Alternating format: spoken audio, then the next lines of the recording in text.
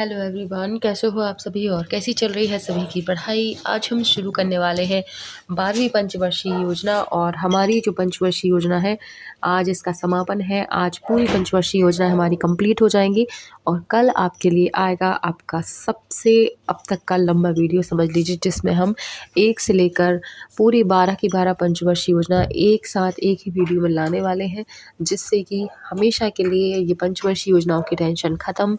जब भी आपको रिवीजन करना हो, एक वीडियो देख लो, सारी की सारी आपकी रिवीजन हो जाएगा इसमें। ठीक है, तो 12वीं पंचवर्षीय योजना की जो अवधि रही है वो रही है 2012 से 2017 तक, है ना।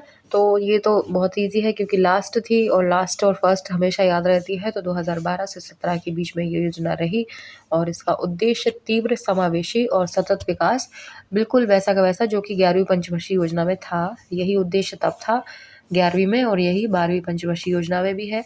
अध्यक्ष भी सेम है, मनमोहन सिंह थे उसमें भी और इसमें भी। 2012 पंचवर्षीय योजना 2011 वाली 11वीं पंचवर्षीय योजना और 12वीं सेम रही हैं इन तीनों के मामले में। ठीक है, आगे है, इस योजना के दौरान कृषि क्षेत्र में वृद्धि दर का लक्ष्य 4% रखा गया था। कितना रखा गया था? 4% इसमें वृद्धि दर किसका? कृषि का रखा गया था। और गैर कृषि क्षेत्र में 50 मिलियन नए काम के अवसर प्रदान करना था। गैर कृषि क्षेत्र में ये नया टॉपिक है, ये नहीं था 11वीं पंचवर्षीय योजना में, कि गैर कृषि क्षेत्र में जो कृषि से संबंधित नहीं है उसमें 50 मिलियन नए काम के अवसर पैदा करना। नए काम के अवसर से मतलब है रोजगार, इसमें पैदा करना बताया गया था।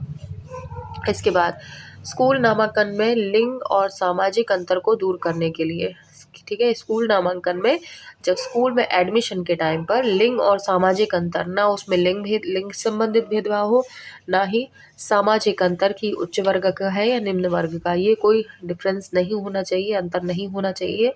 इसको दूर करने में स्कूल नामांकन में इसमें प्रयास किए गए कि स्कूल एडमिशन के टाइम पे बच्चे का ना तो लिंग के आधार पर चयन हो, ना ही समाज में सामाजिक उसके अनुसार हो। ठीक है, मतलब देखो 2000 जो हमारी 11वीं पंचवर्षीय योजना थी उसमें भी कहीं ना कहीं शिक्षा पर ज़्यादा जोर दिया गया था। मैंने आपको ट्रिक भी बताई थी कि मनमोहन सिंह काफ़ी एजुकेटेड हैं, बहुत ज़्यादा, मतलब उनका एजुकेशन रहा है, इसलिए उन्होंने एजुकेशन पर ज़्यादा ध्यान दिया। तो अब देखो अध्यक्ष वहाँ पे यही थे तो शिक्षा तो रहेगी, यहाँ भी रहेगी और वहाँ भी रहेगी, है ना। इसमें देखिए फिर नेक्स्ट उन्होंने कर ही दिया है सकल, आगे देखते हैं, सकल घरेलू बचत दर 12वीं पंचवर्षीय योजना के लिए 34.2 रखने का लक्ष्य रखा गया था। सकल घरेलू बचत, ठीक है, दर कितनी? 12वीं पंचवर्षीय योजना के लिए 34.2 करने का लक्ष्य रखा गया। और उच्च शिक्षा तक पहुंच बढ़ाने के लिए हायर एजुकेशन, जो कि ट्रिक हमारी है ऑलरेडी, ठीक है, मनमोहन सिंह की जहां बात आए वहां उच्च शिक्षा आपकी रहेगी ऊपर। ठीक है, एक नया इसमें है कि 0 से 3 वर्ष के बच्चों के 0 से 3 वर्ष की आयु के बच्चों में कुपोषण को कम करना। ठीक है, कुपोषण को कम करना भी इसमें उद्देश्य रहा। ठीक है, बच्चों में कुपोषण ना हो इसके प्रयास किए गए। ठीक है, बच्चे भी भाई कुपोषण नहीं होंगे तो शिक्षित तभी हो पाएंगे, शिक्षा लेने तभी जाएंगे जब कुपोषण ना हो।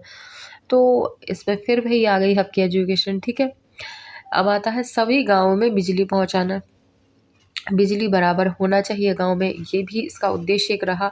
ठीक है, तो बिजली तो रहेगी, इसमें बिजली की व्यवस्था उन्होंने देखी कि बिजली रहेगी तो बच्चे पढ़ेंगे। भैया बिजली नहीं रहेगी तो बच्चे पढ़ नहीं पाएंगे, रात में पढ़ेंगे कैसे? लाइट नहीं रहेगी तो, गर्मी रहेगी तो बच्चे नहीं पढ़ पाएंगे। तो सब बातें आपकी एजुकेशन से थोड़ा जोड़ कर देखना है इसमें, है ना, थोड़ा सा लिंक कर लेना, ये ट्रिक ही है आपकी, लिंक करना पड़ेगा। देखो आपने क्या क्या देखा यहाँ पे, उच्च शिक्षा बढ़ाने, देखो एडमिशन की बात हो रही है जहाँ पे लिंग और सामाजिक अंतर नहीं होगा एडमिशन के टाइम पे। इसके बाद आपकी उच्च शिक्षा पहुंच बढ़ाने के लिए 0 से 3 वर्ष के बच्चों में कुपोषण, अब कुपोषण होगा तो बच्चे स्कूल कैसे जाएंगे? कुपोषित रहेंगे तो घर में ही बेचारे बीमार रहेंगे, तो कुपोषण दूर होगा तो बच्चे तभी जा पाएंगे पढ़ने के लिए। इसके बाद बिजली पहुंच की बात हो गई है, तो बिजली होगी गांव में तभी तो बच्चा शिक्षित होगा, बिजली नहीं होगी तो बच्चा शिक्षित नहीं रह पाएगा, है ना, ट्रिक हो गई आपकी ये। इसके बाद है यह सुनिश्चित करना कि 50% ग्रामीण आबादी को उचित पेयजल उपलब्ध हो। अगर गांव में शुद्ध पेयजल नहीं होगा तो बच्चे होंगे बीमार, और बीमार होंगे तो उच्च शिक्षा कैसे ले पाएंगे। फिर हमने उसको इसी के साथ जोड़ दिया। ठीक है, आपकी शिक्षा और मनमोहन जी को जोड़ दिया फिर से अगेन हमने। ठीक है, इसके बाद देखेंगे हरित क्षेत्र को हर साल 1 मिलियन हेक्टेयर बढ़ाना। हरित क्षेत्र को, ठीक है, हरित क्षेत्र को हर साल 1 मिलियन हेक्टेयर बढ़ाना।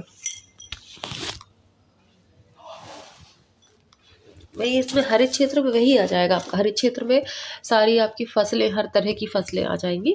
ठीक है, तो उस 1 मिलियन हेक्टेयर तक बढ़ाना, ये उसका आ जाएगा। जो बंजर जमीन है उसको हरी भरी करना, या उसमें फसल के लिए करना, कृषि क्षेत्र, कृषि उपयोग में लाना, इसको 1 मिलियन हेक्टेयर बढ़ाना हर साल। इसके बाद आता है 90% परिवारों को बैंकिंग सेवाओं तक पहुंच प्रदान करना। 90% परिवारों को बैंकिंग सेवाओं तक, ठीक है, बैंकिंग सेवाओं तक पहुंच प्रदान करना भी इसका उद्देश्य रहा था। तो इसमें भी आप ट्रिक अपनी लगा सकते हो कि जो है बैंकिंग सेवाएं व्यक्ति कब ले सकता है। व्यक्ति कब ले सकता है बैंकिंग सेवाएं? जब उसका क्या होगा, एजुकेटेड होगा, पढ़ा लिखा होगा तभी ले पाएगा। अगर इंसान पढ़ा लिखा नहीं है तो वो बैंक के फ़ायदे नहीं जानता क्या होते हैं, है ना। कहीं ना कहीं व्यक्ति के दिमाग में ये होता है कि बैंक में तो पैसे के, ऐसा ना हो कि कोई आए और बैंक हमारा लूट के ले जाए हमारा पैसा। कहीं ऐसा ना हो कि बैंक वाले ही हमारे पैसे लेके भाग जाएं या कुछ कर ले। तो कहीं ना कहीं उनके दिमाग में एक माइंड सेट होता है कि नहीं, पैसा सेव नहीं है बैंक में। लेकिन एक एजुकेटेड पर्सन जो होता है वो सारे नियम अपने जानता है, और अपनी जो कमाई है, जो भी उसकी अर्निंग है, वो बैंक में रखना पसंद करता है। तो एजुकेशन को आप इससे भी जोड़ सकते हो, तो आपकी ट्रिक बन जाएगी, आपको याद रहेगा। एक बार मनमोहन सिंह जी आ गए क्या 11वीं और 12वीं पंचवर्षीय योजना में, तो आपकी सारा डेटा आपके सामने खुल जाएगा, है ना। तो ऐसे आप याद रख सकते हो। इसके बाद निजी निवेश में उच्च वृद्धि की तीव्र पुनरुत्थान के लिए स्थितियां पैदा करना। निजी निवेश में, पर्सनल इन्वेस्टमेंट में उच्च वृद्धि के तीव्र, ठीक है,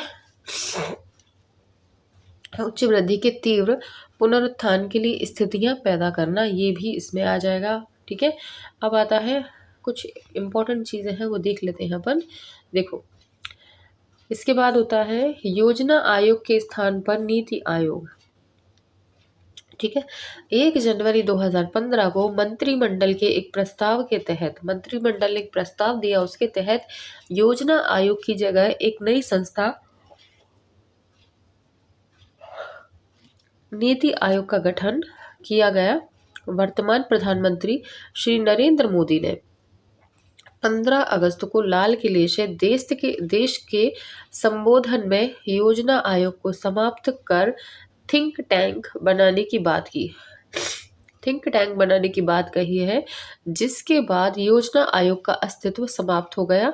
योजना आयोग और नीति आयोग में मूलभूत अंतर है कि इससे केंद्र से राज्यों की तरफ चलने वाले एक पक्षीय नीतिगत क्रम को एक महत्वपूर्ण विकासवादी परिवर्तन के रूप में राज्यों की वास्तविक और सतत भागीदारी से बदल दिया गया या बदल दिया जाएगा।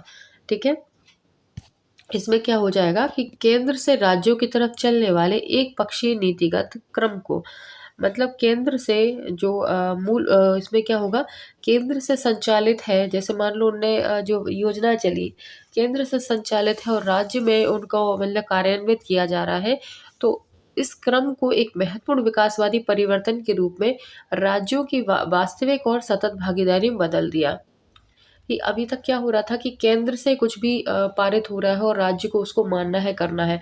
राज्य अपने एफर्ट्स ही नहीं लगा रहा था, बस इसी में लगा हुआ था। केंद्र से जो ऑर्डर्स आ रहे हैं बस उसको माना और फुलफिल कर दिया।